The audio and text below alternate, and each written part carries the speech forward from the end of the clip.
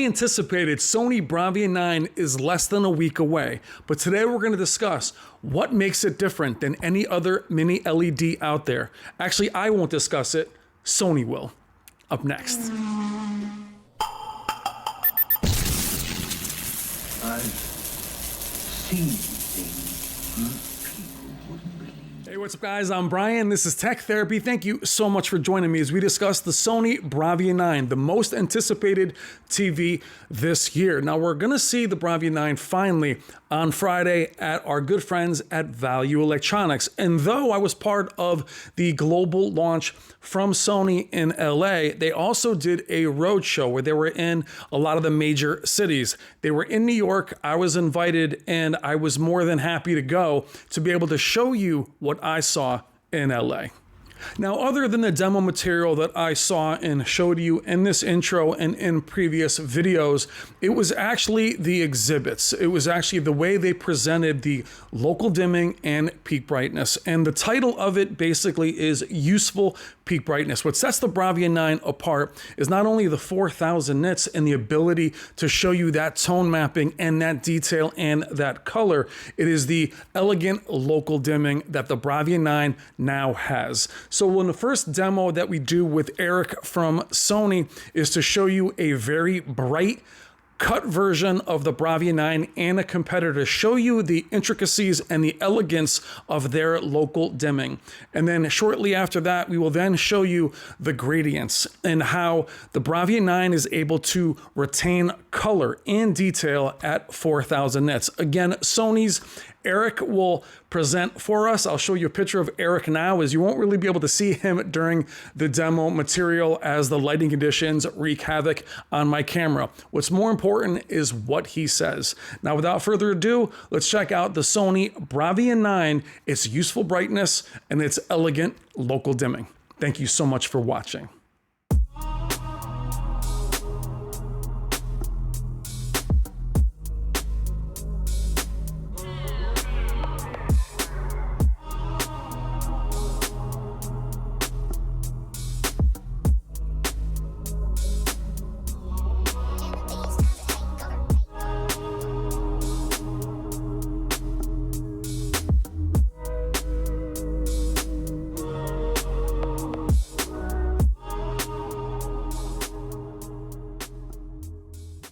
All right, guys, I'm here with Eric, National Product Trainer from Sony. Eric, thank you so much for having me. Absolutely. Let's talk about useful brightness. 4,000 nits, Bravia 9. Why does it matter? Explain it for me, my friend. Sure. So I'm going to try my best. So one of the things that we like to say is it's not about how many zones or how many nits you have per se, but it's really how you use it. Sony's been saying this for years. And for the first time ever, I think we have a little demo here that can really showcase exactly what I'm referring to. So you'll notice that the TV on my right over here is going to be our competitor's flagship mini LED model.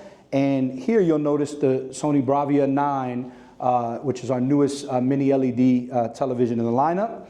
And what we're trying to attempt here is how the backlighting systems work with all the panel, the color technology, everything taken stripped down, just backlighting, and how the backlighting performance is really driven by processing, and specifically our newest processing or backlight technology, which is our driver ICs here, which are controlling all the different zones in our television to not only be able to create a great picture, but useful dimming and boosting so that the overall image quality and performance is something that you as a customer can truly benefit from. So again, I want to reiterate, and I won't say any model numbers, but competitive flagship model, if you can look there and if you can count really quickly, you'll be able to see at a glimpse that they actually have more zones, with the eye, versus the Sony, and I'm willing to even bet that there's more nits on the fact sheet. But what is not transferring is the production and the performance. So we're using a Sony screen here as basically, let's call this the reference for today's demo. And that's the content that's being fed, Brian, into the Blu-ray that's showing you what the backlight is doing. You can identify really quickly that thanks to our driver backlight technology here and processing, we're able to replicate the chandelier on this demo using local boosting and dimming, almost to the point where you can identify that that's the same image. Now, when you're looking at the competitor technology, they do have more zones, but not necessarily being controlled good enough. And what you end up seeing is this, I don't know, I joke around, this reminded me of the Canadian or Maple Leaf symbol for hockey or something like that, whereas this actually looks like the chandelier here. And again, it's not about the number of nits, it's not about the number of zones as much as it is how your TV and how your processing technology can handle it and can use it to be useful. And we'll show you a demo here on the side in a second of why that's important and how this impacts the TV's ability to give you all the different shades or gradations of color, right? So what you're seeing here is I'm taking all my lights and I'm just throwing it at the screen, hoping for the best. Whereas here I'm able to differentiate between dark and light scenes, things that need to be a little bit brighter. So you'll start to see how backlight control and brightness should improve overall color, make the color more beautiful, make the color more usable and watchable. And that's not normally what people think when we think of brightness, but we'll be able to show you in a couple of seconds why that's the biggest thing we're really excited about with the Bravia 9 this year. Well, Eric, what I love about the local dimming, we saw this, is it's hugging the image. Yeah. It really is showing. You guys look here at the reference. And to Eric's point, the zone count doesn't matter if it's not intricate or elegant.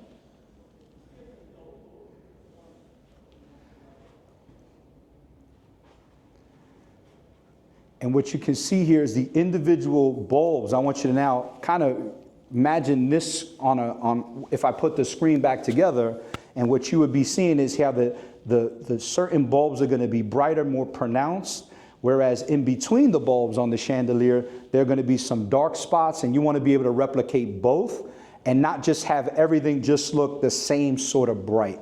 And I think that's the difference between correct backlight control. I like to liken it to a F1 race car, right?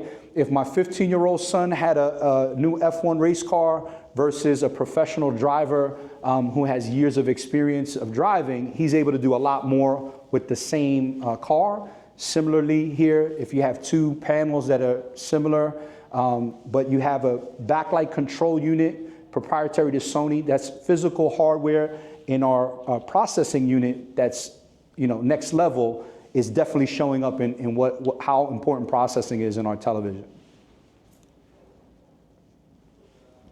Well, thank you, because that's not something that everyone is seeing and understands what useful brightness is, Eric. Everyone talks 4,000 nits. The competitors are doing this, but if it's not used properly, which I know you're going to illustrate next. Now, for context, before we move into the next demo, the reason why I want to show you this in the first place is that when the Bravia 9 was announced, there was a ton of anticipation and excitement, but there was also a lot of disappointment that it wasn't another Master Series OLED. It was a mini LED. So a lot of the comments you'll see even in this video is same old technology, repackaging old technology and serving it as new.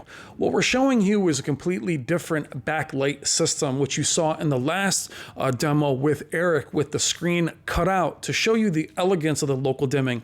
It literally wraps around whatever object is on screen.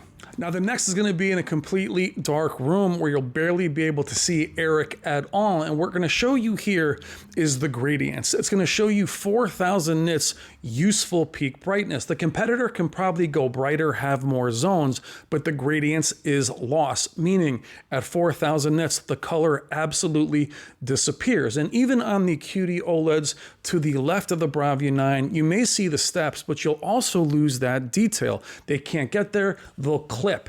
The 4,000 nits that you're seeing from the Bravia 9 is retaining not only the peak brightness, but the color and the gradients.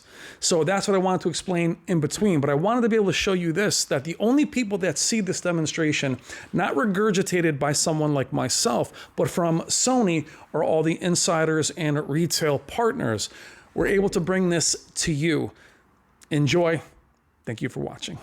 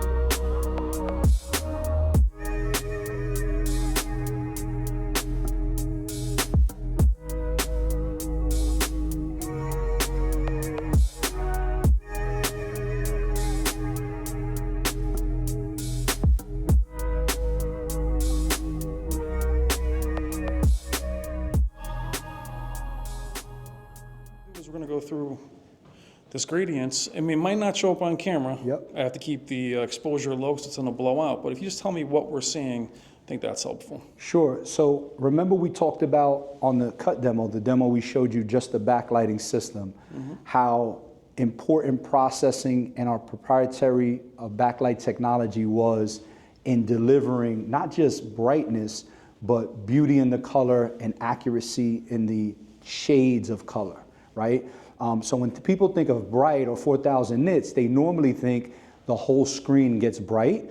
And really what it is our ability to subtly create beautiful pockets of excitement. So if it's the lamp, the headlights on a car, being able to be really bright and vibrant, but also maintain a nice exposure throughout the rest of the content to make it look natural and realistic, right? We don't want it to just all be bright, but we really want to pinpoint where that brightness is taking place and where it's needed on the screen. So a television's ability to display all the different shades of color in the nit spectrum here. So you'll notice at 100 nits, you see the different gradation, 200, and this is our OLED, QD OLED television, and we can notice that we're able to get up to about the 2000 nit box here.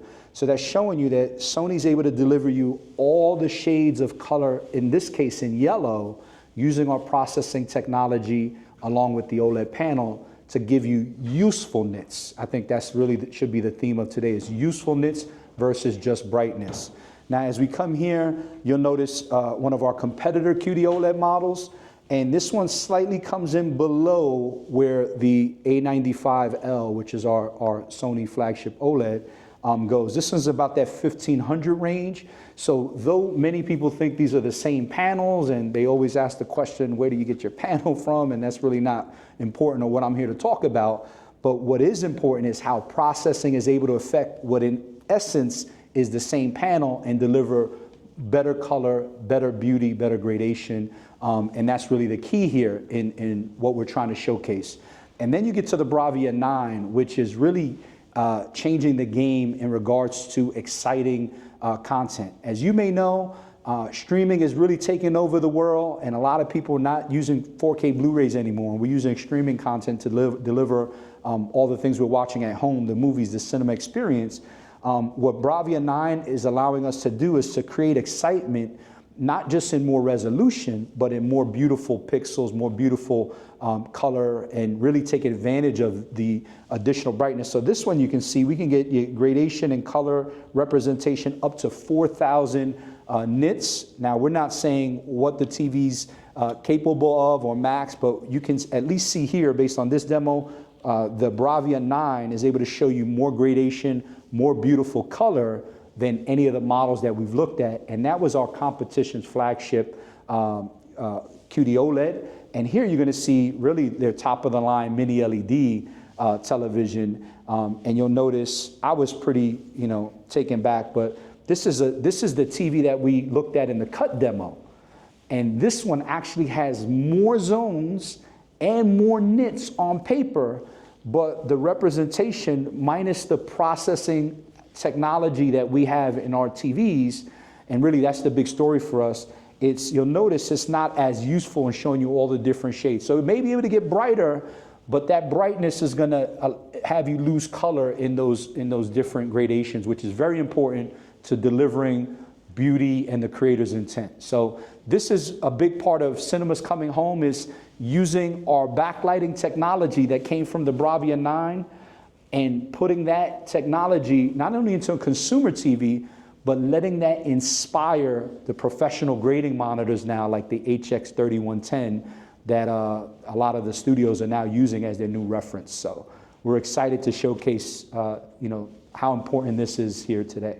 So now, Eric, just in case this doesn't translate home, simply because the camera probably can't capture it, you're looking for the numbers showing up for the gradation, so things have steps. Correct. Versus just blocking out. Correct. So just imagine when you go to your favorite paint store and you're looking at the big swatch that opens up, and me, I say, honey, I want to paint blue. And she shows me the 52 steps of blue that I never knew existed before. Well, this is a great example of that, right? We all know there's different shades of blue, of red, of yellow, of purple. And the ability of a television, specifically here, you're seeing the Bravia 9 really shining no matter what color we pull up.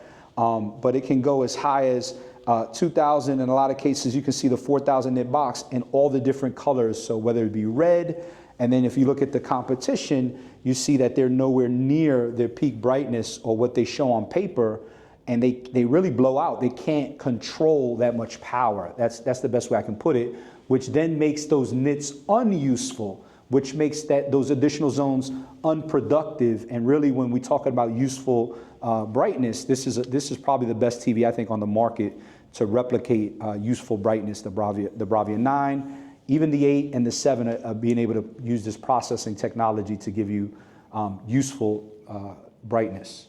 So what you're seeing here, everyone, as Eric is walking us through, is the squares are all visible on the Bravia 9, even though we're at, well, how many nits are we at now, Eric? Well, this image is testing you up to 4,000. So the middle of the box, that middle box is at 4,000. So at the competitor, we lose all the gradation, so you see just the white blotch. And then we talked, Eric, about in some of the content that we can't show how a sun would just turn into a white blob, where you guys keep the detail, and that's what the XR processor mixed with the new local dimming is doing. That's correct. And really think of it as, we're showing you like the eclipse. Everybody just had the eclipse that we were all buying glasses and wanted to really capture. Now imagine seeing the eclipse blown out, where it just looked like something blew up, versus being able to see that beautiful ring around the eclipse and being able to see the beauty of what that experience was supposed to show you. And really what the Bravia 9 is doing is it's gonna allow you to see even the brightest part of that eclipse. It's gonna show you all those details that were meant to be seen versus just making it look like, you know, the sun exploded. You're gonna actually see the sun in its full glory and grandeur. So Eric, what we're saying is that the competitors that are rocking or claiming 5,000 nits, 10,000 nits without the processor, it'll just show up as a blotch. Yeah. Is what you're kind of saying, that it's 4,000 useful nits. Yeah. I like to say again, my sports car analogy, if I put you in a professional F1 racing car, you have a ton of power, but unless you have the experience, the expertise, and the skill to be able to control that power in a useful way, then you won't receive the benefit. My 15-year-old, God bless him, he cannot drive an F1 car. He can barely drive my RAV4, right? So if I just give him more power, that doesn't make him a better performer. It just really puts him in more danger. And what you're noticing here is this is what happens when you have power, but you can't control it. You know the old phrase, with great power comes great responsibility. Well, here we're missing the boat on the picture. So. And we know that we're doing the Bravia 9 simply because you guys have a new reference monitor this year. So actual 4,000 nit content is coming directly from the studios. Yes, 100%. And I think we talked about this earlier, Brian, is there are other grading monitors, professional grading monitors that go as high as 10,000 nits. The only issue is availability, right? Unless you plan on flying to that particular studio that has this particular monitor that costs tons of money that really not many people can afford, you can go out and find a monitor that grades that high, but it wasn't practical for directors to use. And so that's why our BVM 300 Master Series reference monitor, that's our $40,000 or so monitor that was 30 inches, was such a big hit, because it made, even though it was expensive for the average person, it was still reachable for directors and creators to use. And now being able to bring the HX3110 into the equation, which is the new mini LED reference grading monitor, it's really opening up the directors and creators' eyes to be able to create more beauty, to create more wow in the highlights, and really accentuate the creativity of what they envision, now knowing that there's gonna be a consumer product that can show it off at home, right? Imagine you were Picasso and you made this great painting, but the person who was seeing it had to see it through a small window versus the full-size painting. You would really not spend as much time on the details, because you know that the way they were gonna view it, it would never really fully showcase your talent and your vision. Well, now for the first time, thanks to television like the Bravia 9 and this backlight technology, creators are really getting excited and saying, well, we can step up our game when it comes to creativity and wow, explosions and colors and do new things in the content to make it more exciting, because we know at least there's TVs coming on the market, starting with the Bravia 9, that can replicate or show that in the consumer's home. So that's really what we're here to be excited about. Excellent. Perfect. All right, guys, thank you so much, Eric. One last look at the gradients. You see the Bravia 9 there. All the squares are visible. On the competitor, less so. And even though the camera is going to fluctuate, it'll fluctuate the same on each pattern. Back to the Bravia 9, they are visible. And actually, they were visible pretty much through most of the footage. As long as I had Eric in the dark, you could actually see the TVs. Looking at the QD OLED, we can see kind of maxes out a little over 1,000 nits. A95L from Sony, a little bit higher in terms of retaining that color without clipping. Back to the QD OLED. And back to the Bravia 9. All the TVs are set at either professional for the new Sonys or filmmaker. That way is not to blow out the highlights by being too bright. But I thought that this would be more impactful than just showing you demo material, to see exactly why the 4,000 nits matters and why the peak brightness is something that needs to be controlled with, again, a more elaborate backlight system.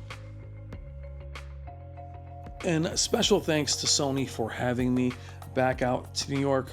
Special shout out to Eric, who gave the presentation, Carlos, who was in the room, Jack, Lauren, Matt, Andrew, Jackie, Miguel, Yukio, and Yusaka from Japan. All amazing people. All want to know what you think in the comments. Not what I think, but what you think in the comments. So leave your honest impressions, whether it's excitement, anticipation, criticism. Let them know. They read the comments. That's where all the best information of our videos lies. So thank you to you guys for watching. Please consider liking and subscribing. I'm Brian at Brian's Tech Therapy. Thanks again for being here. Till the next video, love you guys. Take care.